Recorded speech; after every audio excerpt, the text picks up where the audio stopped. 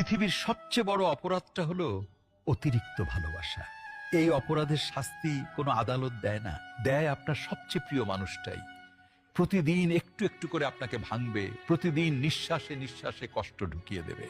এটা এমন এক যন্ত্রণা যেখানে কান্না আসে কিন্তু চোখ ভেজে না, মরতে ইচ্ছে করে কিন্তু মরাও যায় না।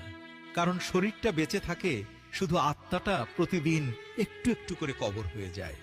প্রিয় মানুষকে ভিডিওটি পাঠিয়ে দিন।